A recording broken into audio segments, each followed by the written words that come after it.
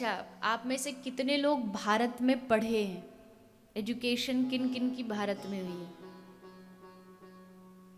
बहुत सारे लोग हैं। तो आप पहला तो आपको पता होगा भारत की एजुकेशन कितनी स्ट्रिक्ट और टफ होती है।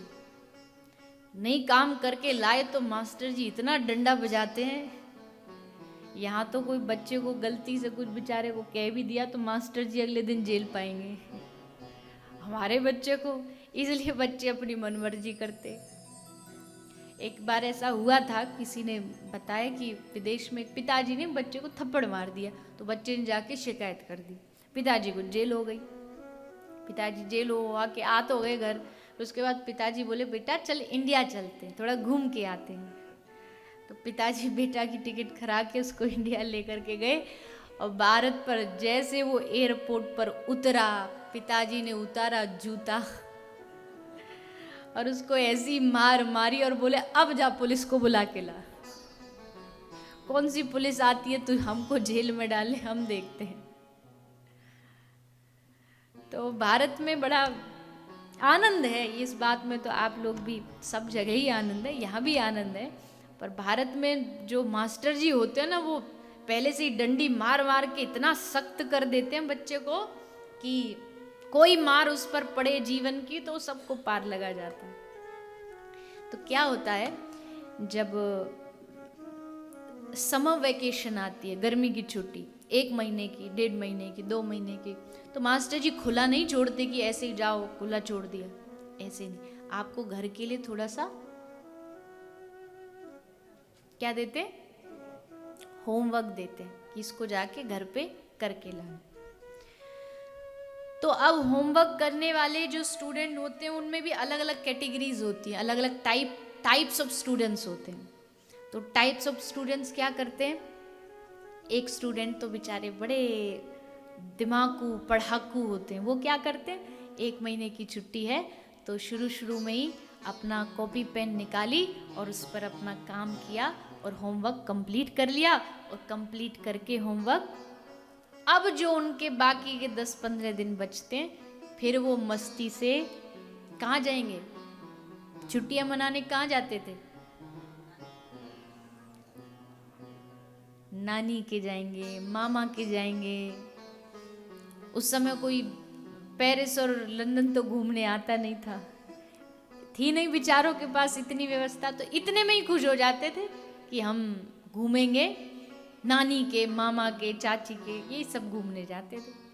तो काम कर लिया और चले गए अपने किसी रिश्तेदार के घर, नानी के घर। ये तो होते हैं समझदार विद्यार्थी, तीव्र तीव्र बुद्धि वाले। लेकिन जो दूसरी कैटेगरी होती है वो बड़ी खतरनाक वाली होती है। वो लोग क्या करते हैं, वो बच्चे, उनको पता महीने भर की छुट्टी है, 30 दिन की छुट्टी है, तो 28-29 दिन तो वो नानी के घूमेंगे, मामा के घूमेंगे, खेलेंगे कूदेंगे। और जब पता चलेगा कि कल से स्कूल जाना ही पड़ेगा, there is no option left, तब उनकी बैग खुलती है। और तब जब वो बैग खोलते हैं तो अब उसमें तो लंबा चौड़ा 1 महीने का काम 1 दिन में कैसे होगा, रात में बेचारे लगते तो हैं पर होता कुछ नहीं है। अब जब वो नेक्स्ट डे स्कूल जाते हैं, अब उनको पता है कि मास्टर जी पूछेंगे काम हुआ कि नहीं हुआ, तो क्या करते हैं, पूरी क्लास में कौन सी जगह बैठेंगे,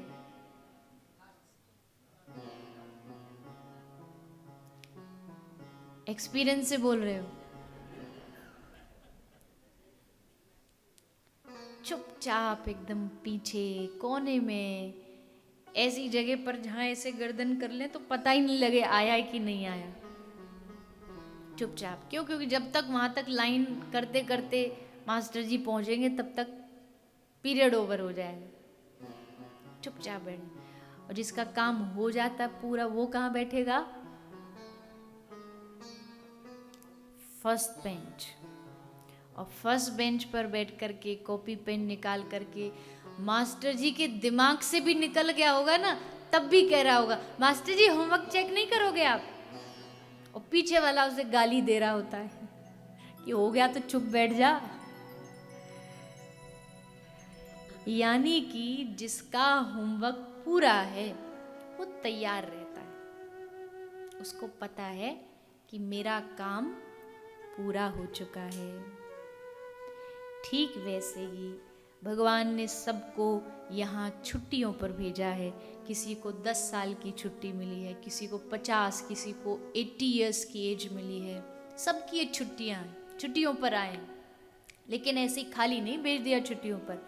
हमें एक उद्देश्य दे करके भेजा, एक एम दे करके भेजा।